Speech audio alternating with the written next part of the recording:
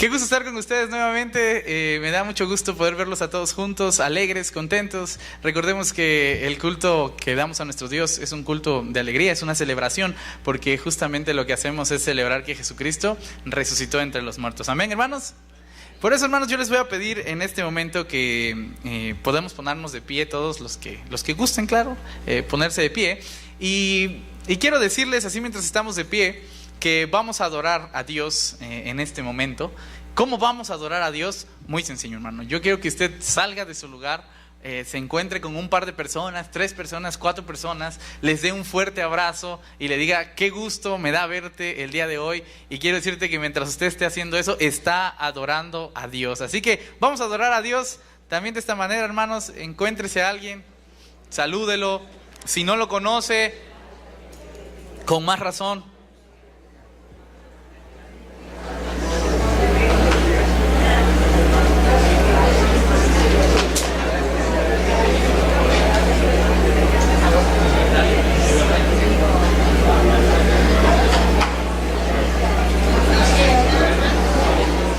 Bien, hermanos, pueden tomar sus lugares.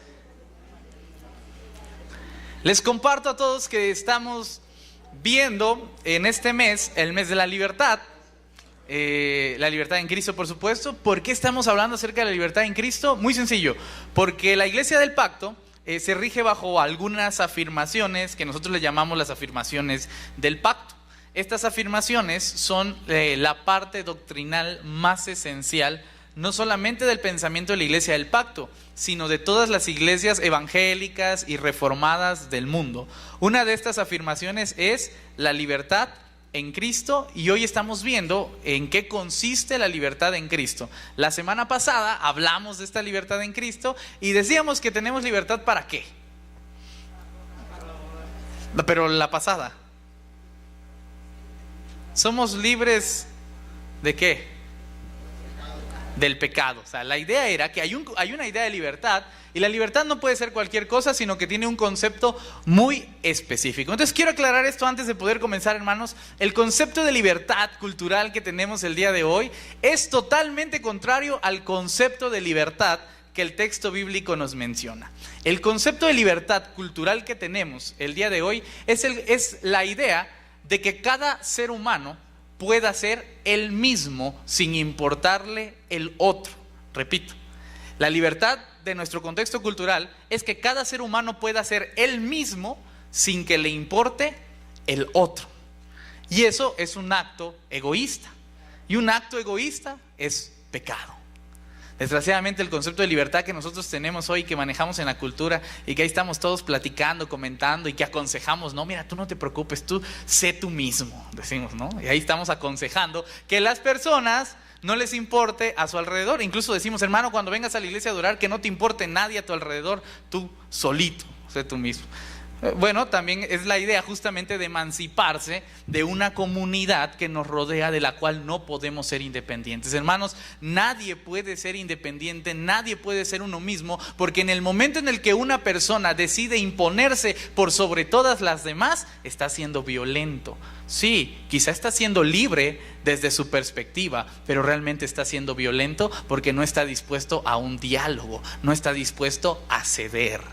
Y entonces ese concepto de libertad es totalmente contrario al concepto de libertad del texto bíblico. Ahora voy a explicar, pero como siempre pongo la tesis en la mesa, a algunos no les gusta y se empiezan a retorcer, y entonces eso se pone bueno, porque a lo largo de todas estas 3 horas que voy a hablar, entonces se va a ir acomodando un poquito el pensamiento. ¿Estamos de acuerdo, hermanos? Ok, entonces voy a hacer la primera pregunta, es: ¿cuántos de ustedes quieren adorar a Dios? Levante su mano así, en alto, firme, fuerte. ¿Quieren adorar a Dios? Vamos bien. ¿Cuántos creen que adoran a Dios? Vamos bien, vamos bien. ¿Cuántos van a querer adorar a Dios después de esta prédica? ¿Seguros? Ya saben que soy tramposo. Pero ustedes cada día son más valientes, ¿eh? Eso me agrada. Hermanos, vamos a hacer una oración antes de comenzar este momento. ¿Por qué vamos a hacer esta oración? También me gustaría explicarlo. En la Iglesia del Pacto no creemos que todos tengan que pensar igual. Creemos en la diversidad de pensamiento y creemos que cada una de las personas es capaz de llegar a conclusiones diferentes porque tiene un contexto diferente, un problema diferente, una situación diferente, una duda diferente. Todos tenemos situaciones diferentes. Entonces no podemos todos pensar lo mismo. Lo que sí creemos es que el Espíritu Santo es capaz de dirigir su palabra a los corazones de cada uno de ustedes y que cada uno de ustedes no se puede ir sin palabra el día de hoy. Amén. Y que cada uno de ustedes tiene que recibir en su corazón alguna palabra que el Espíritu va a hablar directamente a sus corazones en algún momento de toda esta prédica, y yo sé que Dios tiene algo para ustedes. Así que vamos a orar y vamos a pedirle al Espíritu Santo que sea el Espíritu que nos diga a cada uno de nosotros lo que cada uno de nosotros tiene que escuchar el día de hoy. Oremos. Papá, muchas gracias por esta mañana. Gracias por la vida, gracias por la oportunidad que nos das de estar juntos una vez más. Gracias, Señor, por la libertad que nos das para poder adorarte, la libertad de culto, la libertad de poder reunirnos, Señor, a esta hora, en este momento, sin que nadie nos moleste. Señor, es un privilegio que muchos de nuestros antepasados no tuvieron. Gracias, Señor, porque nos has dado muchas cosas y porque ahora también nos das la oportunidad de escucharte, de poder reflexionar, de poder entender cada vez más tu palabra, entenderte a ti, Señor. Pero sobre todo, papá, lo que te queremos pedir es que tu Espíritu Santo dirija este momento, Señor. Que lo que el pastor diga no sea la palabra de Dios, de lo que cada uno de nosotros no sea la palabra de Dios, sino que sea palabra aquello que aterriza en el corazón, dirigido por tu Espíritu Santo. Yo te encomiendo este momento y te pido que tú estés en medio de nosotros, en el nombre de Jesús. Amén. Bueno, ahora sí vamos a ver algo buenísimo. Vamos a ver el texto bíblico ahí en Gálatas capítulo 5 vamos a leer primero el versículo del 1 al 4, y yo quiero explicar algo rapidísimo antes de empezar a leer el texto bíblico. Pablo está viviendo en un contexto muy particular. Para que entendamos esta idea de Pablo, tenemos que entender que el contexto en el que Pablo está viviendo es un contexto pastoral. O sea, el cristianismo acaba de iniciar, y como el cristianismo acaba de iniciar, tiene dudas, tiene problemas, tiene cuestionamientos, tiene pensamientos alternos, y entonces se ha vuelto un gran problema muchos de los pensamientos que las personas tienen acerca de diferentes cosas. Ustedes saben de dónde proviene el cristianismo. ¿Cuál es la religión antes del cristianismo? El judaísmo. Muy bien. Y por 100 puntos celestiales, antes del judaísmo, ¿qué religión era? Ay, ya les puse una trampa. Los que estábamos en la célula lo vimos. El yavismo. Muy bien, Charlie, excelente. Es una forma quizá de entender que el judaísmo no necesariamente empieza desde Abraham, sino empieza a partir del exilio, cuando allá se van a conformar como un sistema de pensamiento muy particular ellos, ¿no? Entonces el judaísmo es una religión la cual ya tiene un sistema de pensamiento, un sistema que funciona para ellos bien y que les ha funcionado incluso para que allá en el exilio ellos no se perdieran y no perdieran su identidad. Gracias al judaísmo, hermanos, se pueden mantener principios bíblicos muy importantes. Gracias al judaísmo la misma Biblia existe. Gracias al judaísmo, esta religión del pacto de Abraham de tiempo atrás se mantiene hasta nuestros tiempos. El judaísmo hizo su parte, pero el judaísmo tenía una manera de funcionar que se creó en el tiempo del exilio. ¿Cómo funcionaba el judaísmo? Muy sencillo. Si tú querías ser un buen cristiano, tienes que obedecer la Torá. ¿Qué es la Torá? La ley. Si tú lo obedecías, entonces quiere decir que tú eras un buen, no cristiano, porque no puede ser, un buen judío. Si tú obedecías la Torá, eras un buen judío y por lo tanto tenías derecho a todas aquellas bendiciones que Dios había declarado en el mismo pacto. Si tú obedeces la ley, eres justo y por lo tanto tienes derecho a todo lo que Dios ha prometido. Es básicamente la idea que el judío tenía de la ley. Entonces, si la ley decía que el séptimo día tienes que descansar, ¿qué tienes que hacer? Descansar. Si la ley decía que tú tenías que llevar tus diezmos a la iglesia, ¿qué tenías que hacer? Si la ley decía que tenías que sacrificar un corderito, ¿qué tenías que hacer? sacrificar el corderito, ¿no? Era un sistema de pensamiento interesante en donde el que cumplía el rito podía sentirse tranquilo de que estaba haciendo algo correcto, y el que no lo cumplía podía saber que estaba cometiendo algún error, ¿sale? Así funcionaba la mentalidad judía. Entonces, ¿cuál era por excelencia el rito que hacía que una persona pasara de no ser judío a ser judío? ¿Qué tenía que hacer para dejar de ser un gentil y pasar a ser judío? La circuncisión, ¿verdad? Gracias a Dios que eso lo han eliminado. Pero la circuncisión era el rito por el cual el que no era judío pasaba a ser judío. O sea, era muy importante para la mentalidad judía este rito, porque además de que estaba escrito en la ley, era el más interesante, era el más importante, era la bienvenida de una persona. Era algo así como el bautismo de un creyente reformado, o el bautismo del Espíritu Santo de un pentecostal. Así de importante era que el judío pudiera circuncidarse. ¿Qué pasaría, hermanos, si llegara el pastor Merari? Ya saben que puede hacer cualquier cosa, porque pues porque raro, ¿no?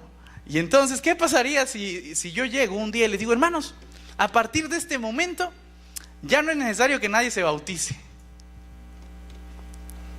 ¿Quién estaría de acuerdo conmigo? ¿Cuántos siguen a su pastor? Gracias, Alfredo. Sabía que iba a haber uno. Nadie me seguiría. Qué triste. Porque fue justamente lo que pasa con Pablo. Pablo un día llega y dice: hermanos, a partir de este momento ya no es necesario que se circuncide. Y todos reaccionaron así como: hereje, mátenlo, sáquenlo, excomúlguenlo, háganle algo, pero que no esté ahí, porque está diciendo algo que va en contra de ¿qué, hermanos? De la ley. ¿Qué les parece esto? ¿Vamos bien hasta acá? Entonces, la situación de Pablo, por supuesto que no era sencilla. Y entonces lo que Pablo está tratando de hacer en esta carta que le envía a los Gálatas es tratar de explicar el argumento del por cual él no está predicando la circuncisión. Él está predicando otra cosa. ¿Sí? Él está predicando otra cosa. Entonces llega el pastor Merari y le dice: hermanos, a partir de este momento ya no es necesario que nadie se bautice. Y de repente sale ahí Gilberto, que quiere defender a su pastor, y dice: no, el pastor no dijo eso. El pastor dijo que sí hay que bautizarse. Y entonces yo digo: no, Gil, yo no dije eso. Yo dije que no hay que bautizarse, ¿no? Entonces Pablo se está defendiendo y está argumentando que él efectivamente, aunque parezca extraño, está diciendo que ya no es necesario circuncidarse. Hermanos, por supuesto que la gente de ese momento se volvió loca. O sea, tuvo muchas dudas, tuvo muchas cosas en su cabeza que lo hacían dudar incluso del mismo Pablo. Era un momento difícil, y en este momento difícil es cuando Pablo escribe esta carta y va a argumentar por qué lo que él dice es válido. ¿Estamos de acuerdo? ¿Vamos bien hasta acá? ¿Sí? Entonces, ¿nos vamos a bautizar o no? Eso. Bien, continuemos la lectura. Dice Gálatas 5, voy a leer del 1 al 4, y dice: estad pues firmes en la libertad con que Cristo nos hizo libres, y no estéis otra vez sujetos al yugo de esclavitud. Entonces Pablo va a comenzar utilizando una dualidad, dos palabras que se confrontan la una a la otra: libertad versus esclavitud. Pregunta del millón, hermanos: ¿cuántos de ustedes quieren estar en la libertad? ¿Cuántos de ustedes quieren estar en la esclavitud? ¿Seguros? Esto va bien, me gusta. 2. ¿Quieres estar en la esclavitud entonces? Llevando el yugo, dice Jesús, que mi yugo es fácil y la carga es... Pero ya no entendí, entonces ¿sí quieres estar en la libertad o en la esclavitud? En medio. Vamos a ver si lo que dice Pablo es eso. Justamente, vamos a leer el versículo 2. Yo quiero que ustedes lean a Pablo para que entiendan el argumento de Pablo. Y dice: ciertamente yo, Pablo, para que vean que no es yo el pastor Merari, dice: yo, Pablo, os digo que si se circuncidan, de nada tiene provecho Cristo. Empieza bien fuerte Pablo diciendo, si usted se circuncida, ya no sirve de nada Jesús entonces. Caray, ¿pero por qué? Si en la ley está escrito que hay que hacerlo. Pablo está volviendo loca a toda su congregación cuando está empezando este discurso. Si tú te circuncidas, entonces eso quiere decir que lo que hizo Jesús o Cristo mismo ya no tiene ningún sentido. Y otra vez testifico a todo hombre que se circuncida, que está obligado a cumplir toda la ley. Entonces, si tú estás a favor de este concepto de la ley, tú tienes dos opciones. En primer lugar, la opción número 1 es que si tú estás a favor de la ley, en tal caso, Cristo ya no tiene sentido. 1. Y 2, estás obligado a cumplir toda la ley. Ustedes estarán haciendo algunas preguntas ahora en su cabeza, yo sé que sí, pero vamos a continuar leyendo el texto para ver en qué aterriza Pablo. Pastor, y el concilio de Jerusalén, donde va Pablo y les dicen que precisamente que debido a que está entrando mucho pueblo gentil, ya no tienen que seguirla. Eso es a lo que se refiere Pablo aquí. Exacto. Pablo ya está argumentando. Pero no todo lo judío, porque el pueblo judío sigue circuncidándose. Bueno, hay que recordar que Pablo le predica primeramente al pueblo judío y después él se va con todos los gentiles porque el pueblo judío no hace caso. Pero eso no quiere decir que no sea para el pueblo judío. Era para el pueblo judío, pero el pueblo judío no hizo caso y entonces se va a los gentiles. Pero claro que era para los judíos también. Por supuesto que sí.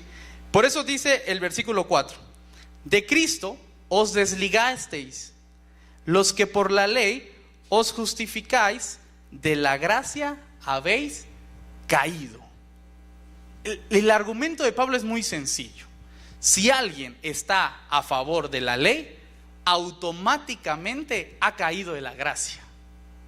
No hay forma de que la ley como proyecto de salvación coincida con la gracia como proyecto de salvación. Solo hay una manera por la cual tú puedes acceder a ser justo delante de Dios. Opción número 1, cumpliendo toda la ley. Opción número 2, apelando a la gracia. Dos opciones. Tú decides cuál opción quieres. Mucha gente ha decidido a lo largo de la historia. Los judíos, por ejemplo, optaron por la ley. Los cristianos, por ejemplo, optamos por la gracia. Obviamente que uno desde acá pues va a respetar a todo, ¿verdad? Si alguien quiere aquí optar por la ley, hermano judío, ay, que Dios lo bendiga, porque lo primero que va a hacer es circuncidarse a ver si quiere. Pero la siguiente parte es muy interesante, porque dejar a un lado la ley como proyecto de justificación nos lleva a otra cuestión, que es la gracia. Porque si uno ya no va a vivir bajo la ley, entonces tiene que aprender a vivir bajo la gracia. ¿Sí? ¿Estamos de acuerdo que si antes teníamos una forma de entender el mundo que era bajo la ley y dejamos a un lado esa forma, tenemos que tener otra forma de entender la realidad, y esta forma tiene que ser bajo la gracia? Pero vivir bajo la gracia es muy difícil. ¿Sí? Uno dice, ay, es bien fácil vivir bajo la gracia. No, hermanos, vivir bajo la gracia es bien difícil, y ahora les va a explicar Pablo por qué es complicado vivir bajo la gracia. Vamos a leer el versículo 6. Porque en Cristo Jesús, no, voy en el 5, dice: nosotros por el Espíritu aguardamos por fe la esperanza de la justicia. Nosotros aguardamos por fe la esperanza de la justicia. No hay nadie entre nosotros, hermanos, que pueda decir que es justo porque se ha esforzado por serlo en un 100%. No hay nadie de ustedes. Por eso Pablo también inicia ese discurso diciendo: no hay justo ni aún uno, ¿sí? Por lo tanto, que yo esté predicando aquí, hermanos, no significa que yo sea el más santo entre todos ustedes. Chance y hasta soy el más pecador entre todos ustedes, pero no lo saben. Como ustedes no son los más santos entre todos los que estamos aquí, ni entre los que están allá afuera, ni entre los que creen diferente a ustedes. Ustedes sencillamente son igual de pecadores que cualquiera de nosotros, y ese es nuestro punto de partida, que si en algo podemos coincidir todos, y esto hay que entenderlo muy bien de la gracia, es que a pesar del pecado que cada uno de nosotros tiene, puede acceder a la gracia. ¿Cómo? Por fe. Eso es muy complicado, hermanos, porque eso quiere decir que si yo soy un asesino, tengo derecho a acceder a la gracia. ¿Cómo? Dejando de matar, dirían algunos. Híjole, ¿qué crees? Que para Pablo ese no es el argumento. El argumento es que tú tienes acceso a la gracia por fe. Lo que pase después es consecuencia de esa fe. Pero lo que hagas primero no es lo que te hace acceder a la gracia. ¿Sí me estoy explicando, hermanos? Voy a poner otro ejemplo más fuerte. ¿Cuántos de nosotros somos chismosos? ¿Sí? Amén, gloria a Dios por el chisme. Pero es chisme santo, hermano, no se preocupen. Es del bueno, del que va a estar en la Nueva Jerusalén. Entonces, hermanos, todos nosotros sabemos que pues, el chisme pues, es un pecado, ¿no? ¿Cuándo nosotros vamos a acceder a la gracia? Cuando tengamos fe. Muy bien. Y mientras usted tiene fe, cabe la posibilidad de que siga chisme. Siga echando chisme. En la realidad, eso pasa, ¿no? Hermanos, ¿cuántos de ustedes son chismosos? ¿Sí? ¿Vamos bien? Ese es el argumento, ¿no? Yo no pregunto cuántos son adúlteros porque ahí sí les da miedo. ¿Sí? Pero el chisme ya es cultura popular, ¿verdad? Somos chismosos de vez en cuando. ¿Cuántos de ustedes tienen fe? Amén. ¿Cuántos de ustedes después de la fe se volvieron a echar un chisme? ¿Cayeron de la gracia? No, porque si ustedes hubieran caído de la gracia, ustedes siguen viviendo en la ley. Ustedes siguen en la gracia por una sencilla razón, porque creen en Jesús. Eso es lo difícil de vivir en la gracia. ¿Sí? Que nos cuesta mucho aceptar que el otro es pecador, pero que yo también soy pecador, y que a pesar de que somos pecadores, Dios nos ama. Eso cuesta muchísimo. Vivir en la gracia no es sencillo, porque para nosotros sería más fácil decir: a ver, pecaste, fuera. A ver, tú pecaste, fuera. A ver, tú pecaste, fuera. Eso es sencillo, ¿sí? Porque creemos que por nuestra propia cuenta podemos ejecutar justicia, y nosotros podemos decir: sí, él se merece esto. Sí, se lo merece, fuera. ¿Sí? Y entonces, queramos o no, nuestros corazones se llenan de este complejo de justiciero, ¿no? De héroe anónimo que quiere salvar a los otros por su propia voluntad, que quiere ordenar un camino perfecto para decirle a la gente: tú sí eres salvo, tú no eres salvo. Hermanos, por algo a Pablo también lo van a matar. Digo, si Pablo hubiera dado un evangelio al que todos le gustara, estaría vivo, canonizado, hubiera vivido mucho tiempo. Pero no, pues, le tocó decir lo que nadie quería escuchar, que solo tienes dos opciones: o eres justo cumpliendo la ley, y entonces la tenés que cumplir toda, o eres justo por la gracia. ¿A cuál le quieren entrar? Juéguenle, porque si quieren entrarle a la primera, les va a tocar cumplir toda, y si le quieren entrar a la segunda, les va a tener que aguantarse a todos. Repito, si le van a querer entrar a la primera, les va a tener que cumplir toda la ley. Si quieren escoger la segunda, les va a tocar aguantar a todos los pecadores, ¿sí? Si usted nada más quiere calar de qué tamaño estamos hablando, voltea a ver al que tiene a un lado. Mire qué calidad de pecador tiene. ¿Sí? Pecador nivel 6, nivel 7. El hermano Adolfo tiene suerte que no tiene a nadie al lado. ¿Sí? Pero es complicado. O sea, incluso el hecho de decir: somos salvos por gracia, suena bien bonito, suena bien fácil, cuando uno está pensando solo en que yo no debo cumplir la ley, pero no está pensando en que yo debo de aceptar al otro que tampoco tiene que cumplir la ley. Ahí es donde entra lo verdaderamente complicado de la gracia. Pero vamos a seguir avanzando en esta lectura tenebrosa de Pablo. Dice: porque en Cristo Jesús ni la circuncisión vale algo, ni la incircuncisión vale, sino la fe que obra por el amor. Entonces, Pablo es tremendo. Hermanos, yo sé que se acerca el día de muertos, y en el día de muertos va a haber un altar de muertos. ¿A poco no? ¿Cuántos de ustedes van a comer de lo que está en el altar de muertos? una manzanita, algo. Hay algunos por ahí, está bien. ¿Cuántos no van a comer del altar de muertos? Ok, déjeme decirle que según Pablo, a Dios no le importa si comes o no comes. Lo que le importa es que tengas fe en el amor. Lo que estoy haciendo se llama contextualizar un mensaje rudo de Pablo que dio hace 2000 años a darlo a un problema que tenemos el día de hoy, que es igual de rudo. Y yo sé que no les va a gustar, porque ustedes hubieran preferido que el pastor dijera: no, no coman de eso porque he sacrificado a los ídolos y es pecado. Yo sé que si yo hubiera dicho eso, hermanos, yo salgo de acá y me aplauden y me hubieran dicho: pastor, qué bonita prédica se acaba de dar, usted está ungido por el Espíritu el día de hoy. ¿Sí? Desgraciadamente, a los que nos toca predicar la verdad, pues no le agradamos a la gente. ¿Sí? Tenemos que decir lo que dice Pablo, y Pablo habla de la gracia. Sigamos leyendo. Vosotros corríais bien, dice Pablo. ¿Quién les estorbó para no obedecer la verdad?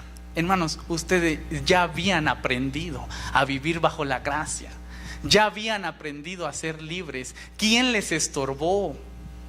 ¿Por qué regresaron a hacer viejas cosas que ya no hacían? Ya eran libres. ¿Quién les estorbó? Es la pregunta que Pablo está diciendo. Esta persuasión no procede de aquel que los llama. Hermanos, esa persuasión de regresar a la ley no proviene de Jesús, el que los llama. Proviene de alguien, pero de Jesús no es. ¿Quién es? Voltéense a ver, búsquenlo entre ustedes. ¿Quién es? ¿Quién es el que los está persuadiendo de volver a la ley? Porque ese llamado no viene de Jesús. Alguien entre nosotros tiene que ser aquel que está persuadiendo a los demás de volver a la ley. Es lo que Pablo está diciendo. Y entonces, así como ustedes están sospechando, están sacando conclusiones, ¿no? ¿De quién será? ¿Quién será? Así la gente de la iglesia de los Gálatas está tratando de entender quién será, aunque ellos lo saben bien, así como ustedes lo saben bien. ¿O no? ¿Sí? Sigamos. Un poco de levadura leuda toda la masa. Yo sé que esto siempre lo decimos en todo momento, bien descontextualizada nuestra frase, pero la frase quiere decir una cosa en este contexto en el que Pablo lo está utilizando. Si hay alguien entre ustedes que les está enseñando a volver a la ley en lugar de continuar en la libertad de Cristo, esa persona está leudándolos a todos. Y todos ustedes son propensos a regresar a eso, porque un poco de levadura leuda toda la masa. Hermanos, si tenemos un poco de levadura y no queremos que se leude la masa, ¿qué hay que hacer?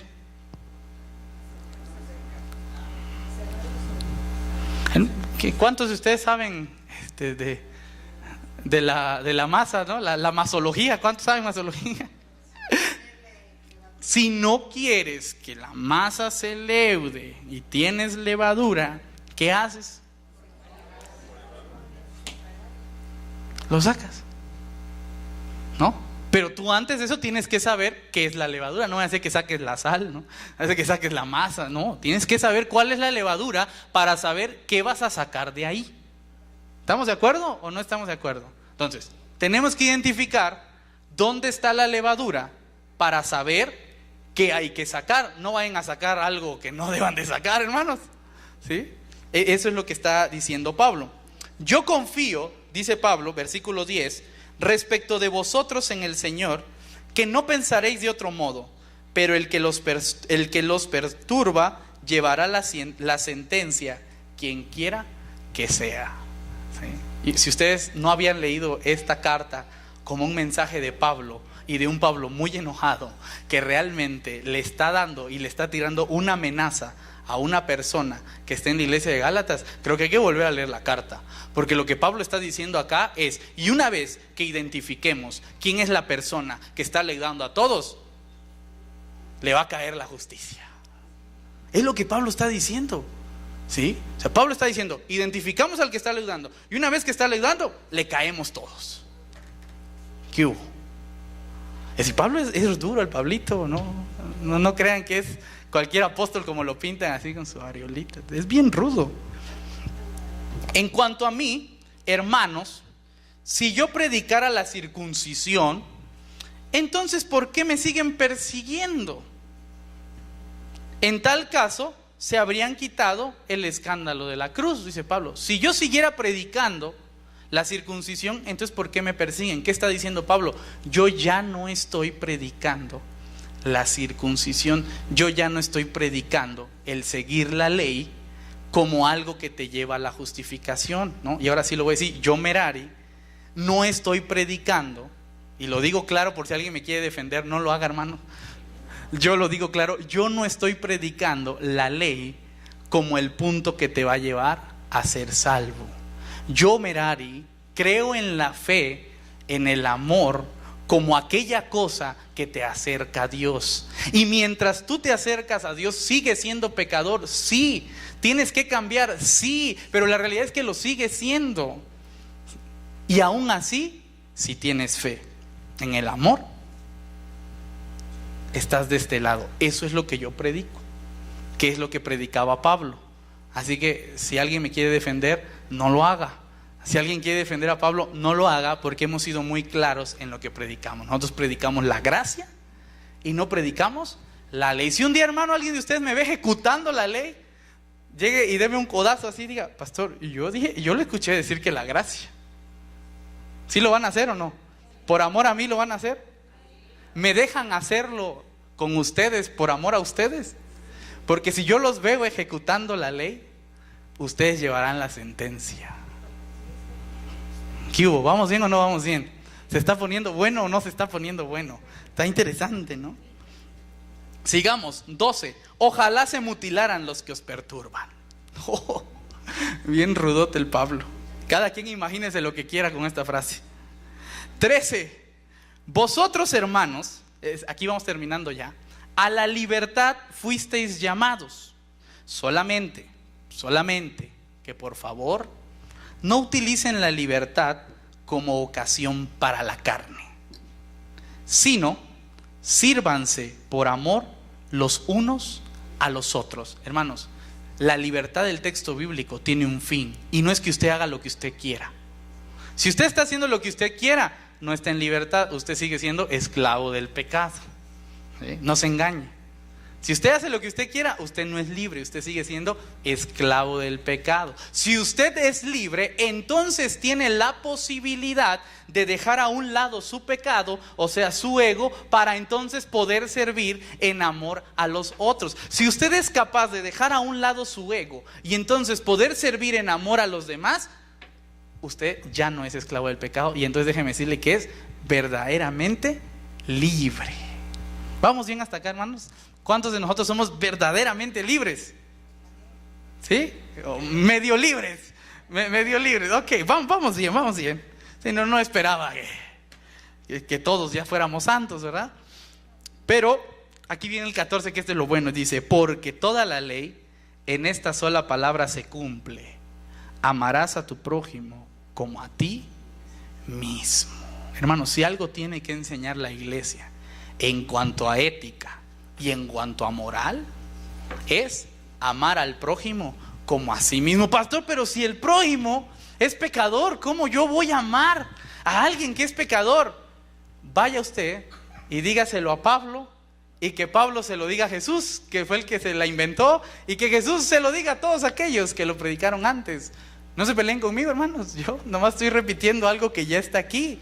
Si usted quiere ser libre y cumplir con lo que Dios nos manda, ame a su prójimo como a usted mismo. Y si su prójimo es pecador, y si su prójimo está en pecado, adivine qué, ámelo. Sí, ámelo como a usted mismo. Por eso, antes de terminar, yo le voy a dar la oportunidad a 5 personas de entre ustedes que me digan 5 personas, bueno, no me digan los nombres, ¿verdad? Van a andar acusando a todos, no. 5 pecados en los que normalmente están las personas y nos cuesta amarlos por eso. Repito, 5 pecados en los que estamos normalmente las personas y por eso nos cuesta amar a los otros. Hermanos, digan los más fuertes. Ok. Vamos tranquilos. A ver, está bien. No tan fuertes, hermanos. la mentira. Si una persona es mentirosa, nos va a costar amarla. ¿A poco no? Pero hay que amarla. ¿Sale? ¿Quién dijo por ahí? La soberbia.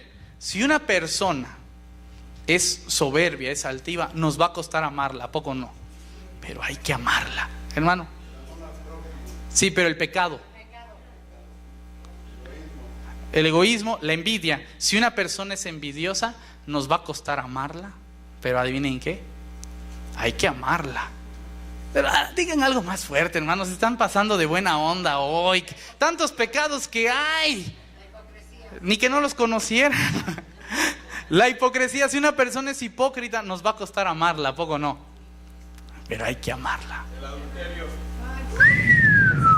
Alguien le está poniendo nivel a esto. Ahora hablamos del adulterio. Dice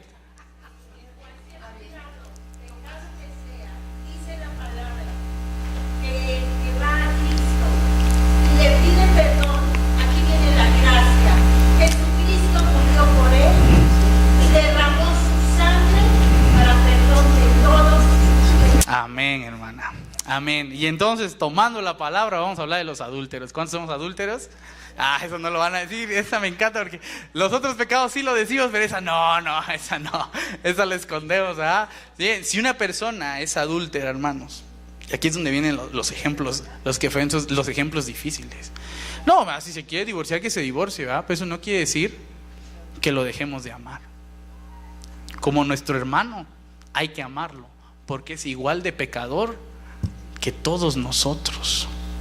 ¿Sí? Es más, entre nosotros hay adúlteros y hay que amarlos porque son nuestros hermanos. Las cosas se tienen que decir como son. Échense otro pecado.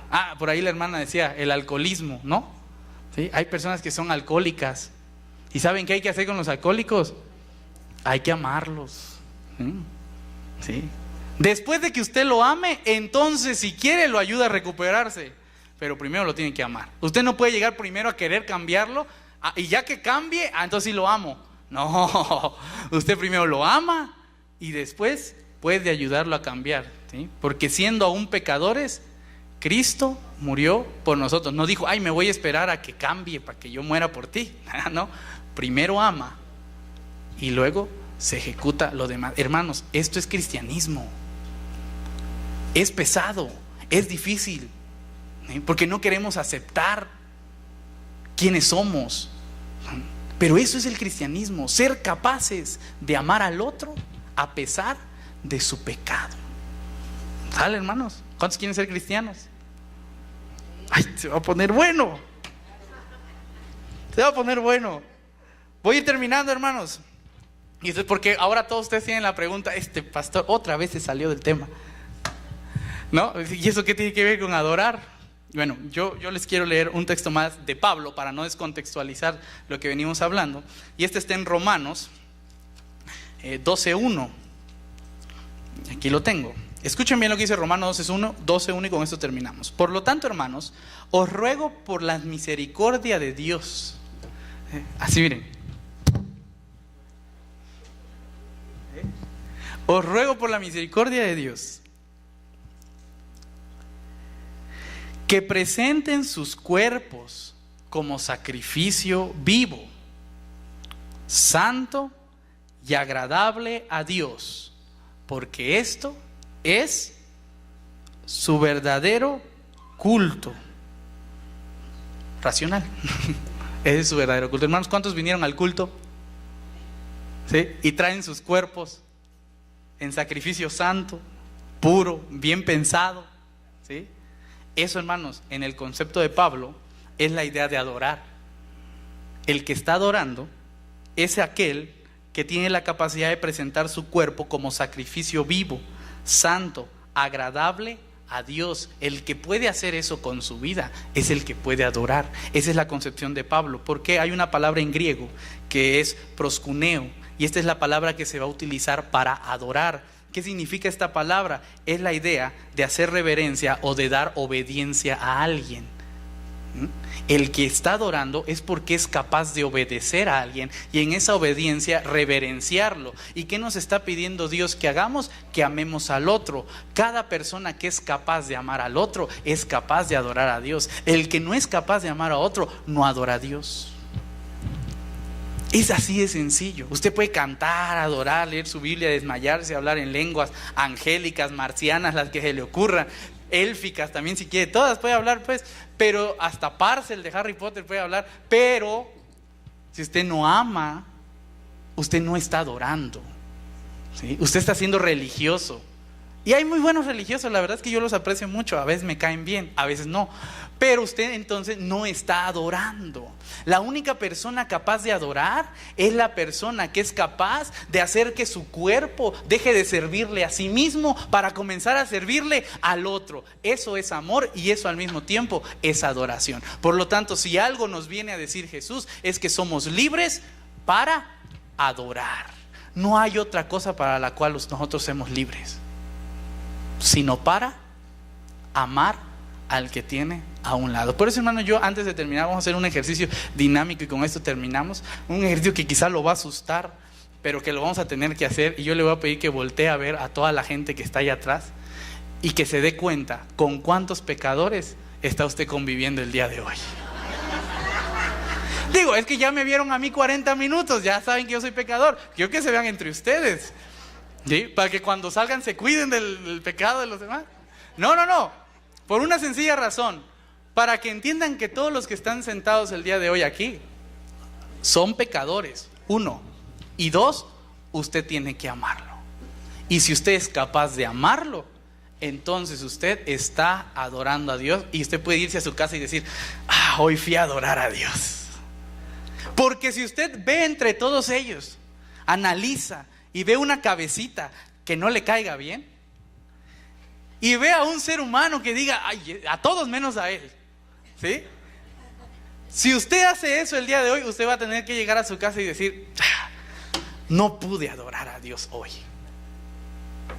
Por eso yo les preguntaba en la pregunta del inicio: ¿cuántos van a querer adorar a Dios después de esta prédica? ¿Sí? Vamos a hacerlo difícil. Que levante la mano el que quiera adorar a Dios después de esta prédica. Uy, qué fuerte. Entonces, hermanos, que Dios les bendiga, porque yo creo de verdad que el Espíritu Santo está en este lugar. Amén.